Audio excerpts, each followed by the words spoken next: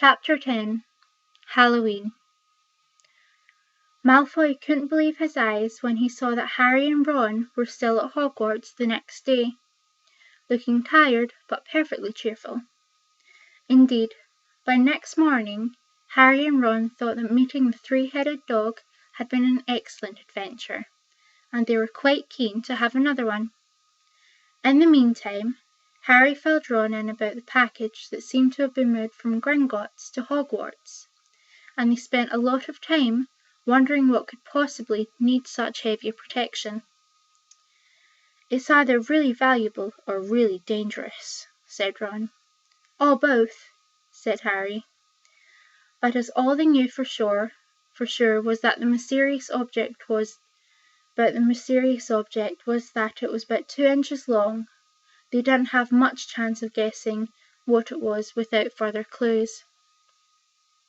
Neither Neville or Hermione showed the slightest interest in what lay underneath the dog and the trap door. All Neville cared about was never going near the dog again. Hermione was now refusing to speak to Harry and Ron, but she was such a bossy know-it-all that they saw this as an added bonus. All they really wanted now was a way of getting back at Malfoy, and to their great delight, just such a thing arrived with the post about a week later. As the owls flitted into the great hall as usual, everyone's attention was caught at once by a long, thin package carried by 6 large screech owls. Harry was just as interested as everyone else to see what was in the large package, and was amazed when the owls soared down and dropped it right in front of him, knocking his beacon on the floor. They had hardly fluttered out of the way when another owl dropped a letter on top of the parcel. Harry ripped open the letter first, which was lucky because it said, "Do not open the parcel at the table. It contains your new Nimbus 2000, but I don't want everybody knowing you've got a broomstick, or they'll all want one. Oliver Wood will meet you tonight on the Quidditch pitch at 7 o'clock for your first training session. Professor M. McGonagall." Harry had difficulty hiding his glee as he handed the note to Ron to read. "A Nimbus 2000?" Ron moaned aimlessly. "I've never even touched one." They left the hall quickly, wanting to unwrap the broomstick in private. Sounds a bit, pervy. Before their first lesson. But halfway across the entrance hall, they found the way upstairs barred by Crabbe and Goyle. Malfoy seized the package from Harry and felt it. "That's a broomstick," he said, throwing it back to Harry with a mixture of jealousy and spite on his face. You'll be in for it this time, Potter. First years aren't allowed them." Ron couldn't resist. "It's not just any old broomstick," he said. "It's a Nimbus 2000. What did you say you've got at home, Malfoy? A Comet 260? Ron grinned at Harry. "Comets look flashy, but they're not in the same league as the Nimbus." "What would you know about it, Weasley? You couldn't afford half the handle." Malfoy snapped back. "I suppose you and your brothers have to save up, twig by twig." Before Ron could answer, Professor Flitwick appeared at Malfoy's elbow. "Not arguing at it, boys," he squeaked. "Potter's been sent a broomstick, Professor," said Malfoy quickly. Yes, that's right," said Professor Flitwick, beaming at Harry. "Professor McGonagall told me all about the special circumstances, Potter. And what module is it?" "A Nimbus 2000, sir," said Harry, fighting not to laugh at the look of horror on Malfoy's face. "And it's really thanks to Malfoy that I've got it," he added. Harry and Ron headed upstairs, smothering their laughter at Malfoy's obvious rage and confusion. "Well, it's true," Harry chortled, as they reached the top of the marble staircase. "If he hadn't stolen Neville's Remembrall, I wouldn't be in the team."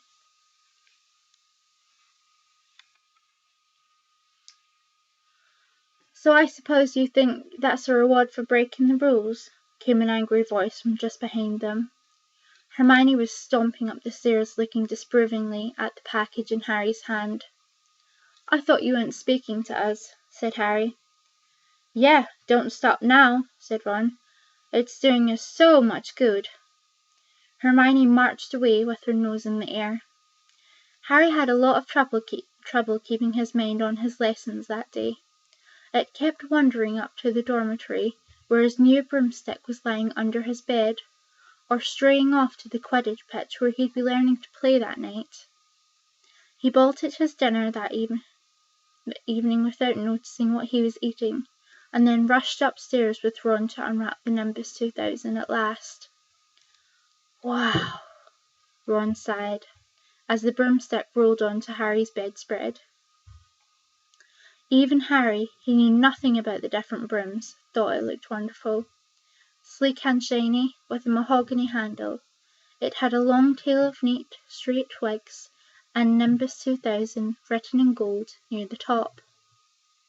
As 7 o'clock drew near, Harry left the castle and set off towards the Quidditch pitch in the dusk.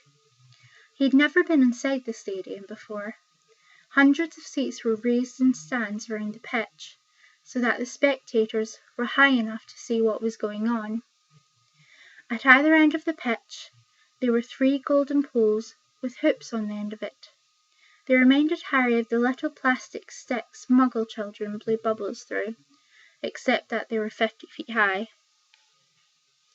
Too eager to fly again to wait for wood, Harry mounted his broomstick and kicked off the ground. What a feeling! He swooped in and out of the goalposts and then sped up and down the pitch. The Nimbus 2000 turned wherever he wanted at the lightest touch. Hey, Potter, come down! Oliver Wood had arrived. He was carrying a large wooden crate under his arm. Harry landed next to him. Very nice, said Wood, his eyes glinting. I see what McGonagall meant. You really are a natural. I'm just going to teach you the rules this evening. Then you'll be joining team practice 3 times a week. He opened the crate. Inside were 4 different size balls. Hey. Right, said Wood. Now, Quidditch is easy enough to understand, even if it's not too easy to play. There are 7 players on each side. 3 of them are chasers. 3 chasers, repeated Harry, as Wood took out a bright red ball about the size of a football. This ball is called a quaffle, said Wood. The chasers throw the quaffle to each other and try to get it through one of the hoops to score a goal. 10 points every time the quaffle goes through one of the hoops. Follow me? Yep, the chasers throw the quaffle and put it through the hoops to score, Harry recited. So, that's sort of like basketball or broomsticks with 6 hoops, isn't it? What's basketball? said Wood curiously. Never mind, said Harry quickly. Now, there's another player on each side who's called the keeper. I'm keeper for Gryffindor. I have to fly around our hoops and stop other teams from scoring. 3 chasers, 1 keeper, said Harry, who was determined to remember it all. And they play with the quaffle. Okay, got it. So what are they for? He pointed at the 3 balls left inside the box. I'll show you now, said Wood. Take this. He handed Harry a small club, a bit like a rounder's bat. I'm going to show you what the bludgers do, Wood said. These 2 are the bludgers. He showed Harry 2 identical balls, jet black and slightly smaller than the red quaffle. Harry noticed that they seemed to be straining to escape the straps holding them inside the box. Stand back, Wood warned Harry. He bent down and freed one of the bludgers. At once, the black ball rose high in the air and then pelted straight at Harry's face. Harry swung it with the bat to stop it breaking his nose and sent it zigzagging away into the air. It zoomed around their heads and then shot at Wood, who dived on top of it and managed to pin it to the ground. See? Wood panted, forcing the struggling bludger back into the crate and strapping it down safely. The bludgers rocket around trying to knock plays off the brooms. That's why you have 2 beaters on them on each team. The Weasley twins are ours. It's their job to protect their side from the bludgers and try and knock them towards the other team. So, think you got it all? 3 chasers try and score with a quaffle. The keeper guards the goalposts. The beaters keep the bludgers away from the team. Harry reeled off. Very good, said Wood. Have the bludgers ever killed anyone? Harry asked, hoping he sounded offhand. Never at Hogwarts. We've had a couple of broken jaws, but nothing worse than that. Now, the last member of the team is the Seeker. That's you. And you don't have to worry about the quaffle or the bludgers, unless they crack my head open. Don't worry, the Weasleys are more than a match for the bludgers. I mean, they're like a pair of human bludgers themselves. Wood reached into the crate and took out the 4th and last ball. Compared with the quaffle and the bludgers, it was tiny, about the size of a large walnut. It was bright gold and had little fluttering silver wings. This, said Wood, this is the golden snitch, and it's the most important ball of the lot. It's very hard to catch because it's so fast and difficult to see. It's the Seeker's job to catch it. You've got to weave in and out of the chasers, beaters, and bludgers and quaffle to get it before the other team's Seeker, because whichever Seeker catches the snitch wins his team an extra 150 points, so they nearly always win. That's why Seekers get fouled so much. A game of Quidditch only ends with when the snitch is caught, so it can go on for ages. I think the record is 3 months. They had to keep bringing on substitutes so the players could get some sleep. Well, that's it. Any questions? Harry shook his head. He understood what he had to do, all right. It was doing it that was going to be the problem. We won't practice with the snitch yet, said Wood, carefully shutting it back inside the crate. It's too dark. We might lose it. Let's try a few with these. He pulled out a bag of ordinary golf balls out of his pocket, and a few minutes later, he and Harry were up in the air, Wood throwing the golf balls as hard as he could in every direction for Harry to catch. Harry didn't miss a single one, and Wood was delighted. After half an hour, night had nearly fallen, and they couldn't carry on. That Quidditch Cup'll have our name on it this year, said Wood happily, as they trudged back up to the castle. I wouldn't be surprised if you turned out better than Charlie Weasley, and he could have played for England if he hadn't gone off chasing dragons. Perhaps it was because he was now so busy, what with Quidditch practice 3 evenings a week on top of all his homework, but Harry could hardly believe it when he realised that he'd already been at Hogwarts for 2 months. The castle felt more like home than Privet Drive had ever done. His lessons, too, were becoming more and more interesting now that they had mastered the basics. On Halloween morning, they woke to the delicious smell of baking pumpkin wafting through the corridors. Even better, Professor Flitwick announced in charms that he thought they were ready to start making objects fly, something they'd all been dying to try since they'd seen him make Neville's toads zoom around the classroom. Professor Flitwick put the class under Pierce to practice. Sorry, baby. Harry's partner was Seamus Finnegan, which was a relief, because Neville had been trying to catch his eye. Ron, however, was to be working with Hermione Granger. It was hard to tell whether Ron or Hermione was angrier about this. She hadn't spoken to either of them since the day Harry's broomstick had arrived. Now, don't forget the nice wrist movement. We've been practicing, squeaked Professor Flitwick, perched on top of his pile of books as usual. Swish and flick. Remember? Swish and flick. And saying the magic words properly is very important too. Never forget Wizard Barrowfield, who said a S instead of an F, and found himself on the floor with a buffalo on his chest. It was very difficult. Harry and Seamus swished and flicked, but the feather they were supposed to be sending skywards just lay on top of the desk. Seamus got so impatient that he prodded it with his wand and set fire to it. Harry put it out with his hat.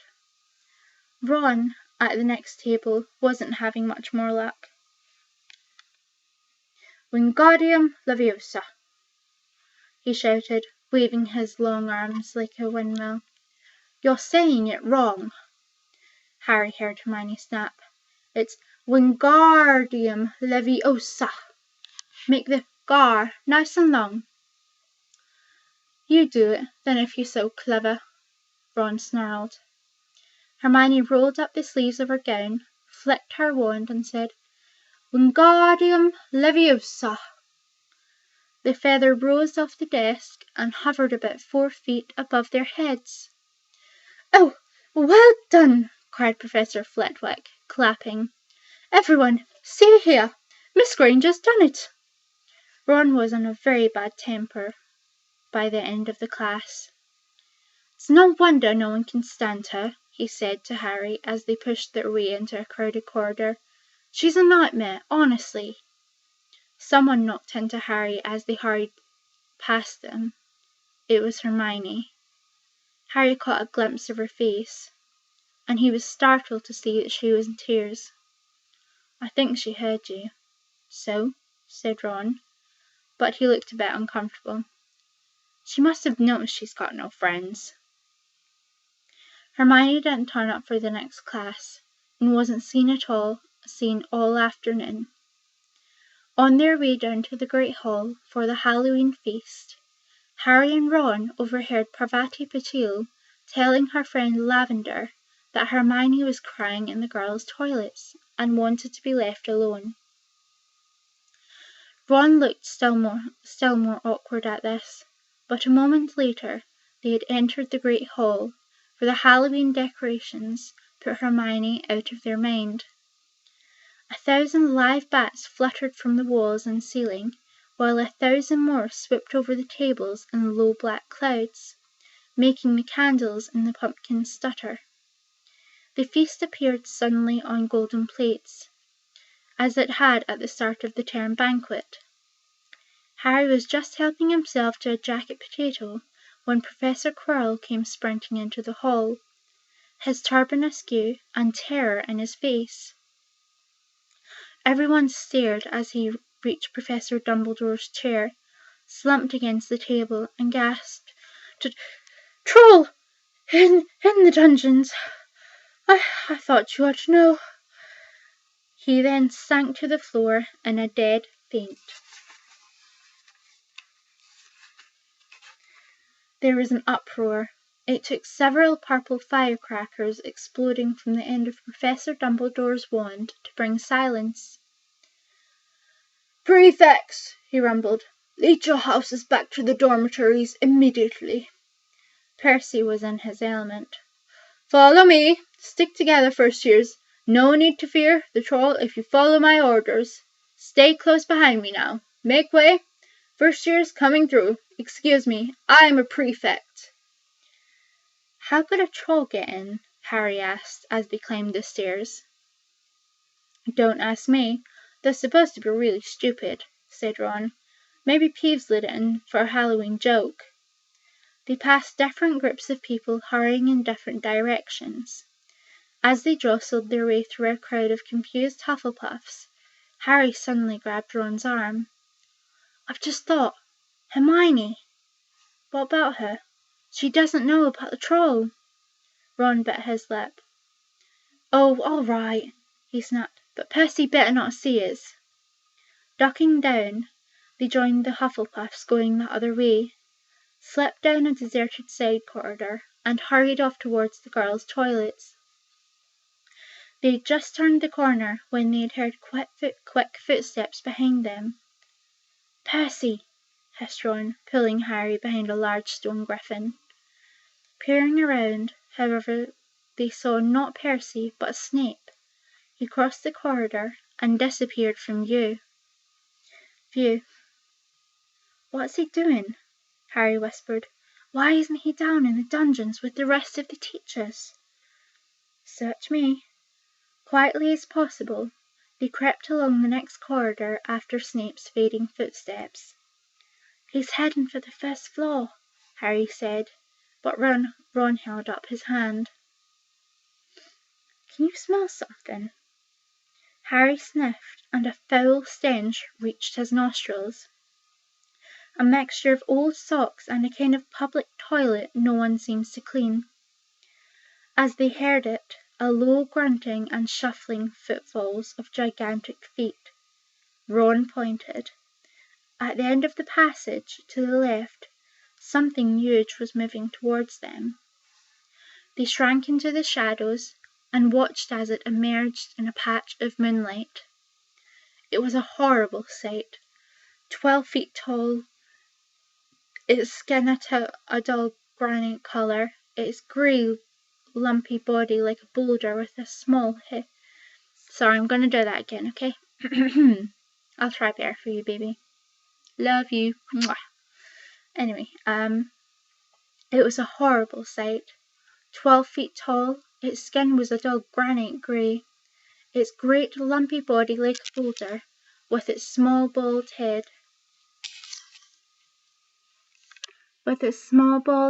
perched on top like a coconut. It had short legs, thick as tree trunks, with flat, horny feet. The smell coming from it was incredible. It was holding a huge wooden club, which it dragged along the floor because its arms were too long. The troll stopped next to a doorway and peered inside. It waggled its long ears, making up its tiny mind, then slouched slowly into the room. "The key's in the lock," Harry muttered. "We could lock it in." "Good idea," said Ron nervously. They edged towards the open door, mouths dry, praying the troll wasn't about to come out. With one great leap, Harry managed to grab the key, slam the door shut, and lock it. Yes! Flushed with their victory, they started around back up the passage, but as they reached the corner, they heard something that made their hearts stop. A high, petrified scream, and it was coming from the chamber they'd just locked up. "Oh no!" said Ron, pale as a bloody baron. "It's the girls' toilets!" Harry gasped. "Hermione!" they said together. It was the last thing they wanted to do, but what choice did they have? Wheeling around, they sprinted back to the door and turned the key, fumbling in their panic. Harry pulled the door open, and they ran inside. Hermione Granger was shrinking against the wall opposite, looking as if she was about to faint. The troll was advancing on her, knocking the sink off the wall as it went. "Confuse it," Harry said desperately to Ron, and seizing a tap, he threw it as hard as he could against the wall. The troll stopped a few feet from Hermione. It lumbered around, blinking stupidly to see what had made the noise. Its mean little eyes saw Harry. It hesitated, then made for him instead, lifting its club as it went. "Oi, pea-brain!" yelled Ron from the other side of the chamber, and he threw a metal pipe at it. The troll didn't even seem to notice the pipe hitting its shoulder, but it heard the yell and paused again, turning its ugly snout towards Ron instead, giving Harry a time to run around it. "Come on! Run! Run!" Harry yelled at Hermione, trying to pull her toward the door, but she couldn't move. She was still flat against the wall, her mouth open with terror. The shouting and the echoes seemed to be driving the troll berserk. It roared again and started towards Ron, who was nearest and had no way of escape. Harry then did something that was both very brave and very stupid. He took a great running jump and managed to fasten his arms around the troll's neck from behind. The troll couldn't feel Harry hanging there, but even a troll will notice if you stick a long bit of wood up its nose, and Harry's wand had still been in his hand when he jumped. It had gone straight up one of the troll's nostrils. Howling with pain, the troll twisted and flailed its club, with Harry clinging on for dear life. Any second, the troll was going to rip him off or catch him with a terrible blow with the club. Hermione had sunk to the floor in fright. Ron pulled out his own wand. Not knowing what he was going to do, he heard himself cry the first spell that came into mind. Wingardium Leviosa! The club flew suddenly out of Leviosa. Sorry. I'll continue. The club flew suddenly out of the troll's hands, rose high, and up into the air, turning slowly over, and dropped, with a sickening crack, on its owner's head. The troll swayed on the spot, and then fell flat on its face, with a thud that made the whole room tremble. Harry got to his feet. He was shaking and out of breath. Ron was standing there, with his wand still raised, staring at what he had done. It was Hermione who spoke first. Is he dead? I don't think so, said Harry. I think it's just been knocked out.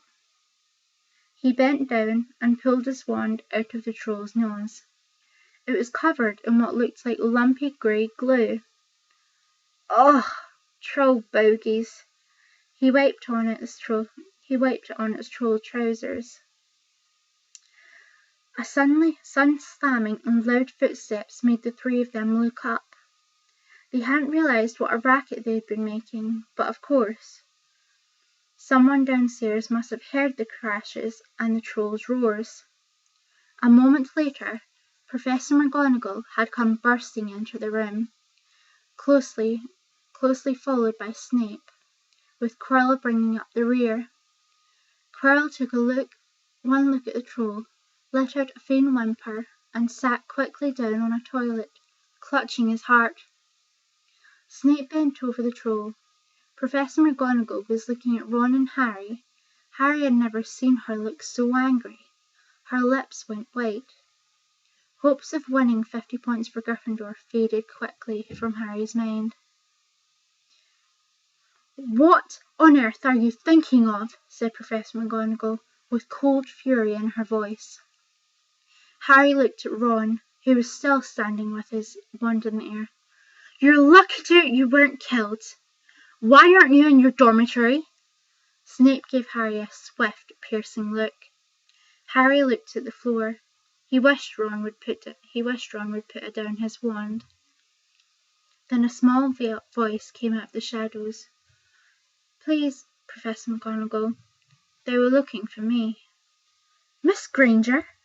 Hermione had managed to get to her feet at last. I went looking for the troll because I thought I could deal with it on my own. You know, because I've read all about them. Ron dropped his wand. Hermione Granger, telling a downright lie to a teacher. If they hadn't found me, I'd be dead now. Harry stuck his wand up its nose, and Ron knocked it out with its own club. They didn't have time to come and fetch anyone. It was about to finish me off when they arrived. Harry and Ron tried to look as though their story wasn't new to them. Well, in that case, said Professor McGonagall, staring at the three of them. Miss Granger, you foolish girl! How could you think of tackling a mountain troll on your own? Hermione hung her head. Harry was speechless. Hermione was the last person to do anything against the rules, and yet here she was, pretending she had. to get them out of trouble. It was as if Snape had started handing out sweets. "Miss Granger, 5 points will be taken from Gryffindor for this," said Professor McGonagall. "I'm very disappointed in you. If you're not hurt at all, you'd better get off to Gryffindor Towel. Students are finishing the feast off in their houses." Hermione left. Professor McGonagall turned to Harry and Ron. "Well, I say you two are lucky, but not many first years could have taken on a fully grown mountain troll. You each win Gryffindor 5 points. Professor Dumbledore will be informed of this. You may go." They hurried out of the chamber and didn't speak at all until they had climbed two floors up. It was a relief to be away from the smell of the troll, quite apart from anything else. "We should have got more than 10 points, Ron grumbled. 5, you mean, when she's taken off Hermione's." "Good of her to get us out of trouble like that," Ron admitted. "Mind you, we did save her." "She might not have needed saving if we hadn't locked the thing in with her," Harry reminded him. They had reached the portrait of the fat lady. "Pig snapped," they said, and entered. The common room was packed and noisy. Everyone was eating the food that had been sent up. Hermione, however, stood alone by the door, waiting for them. There was a very embarrassed pause. Then, none of them looking at each other, they all said, "Thanks," and hurried off to get plates. From that moment on, Hermione Granger became their friend. There are some things you can't share without ending up liking each other, and knocking out a 12-foot mountain troll is one of them.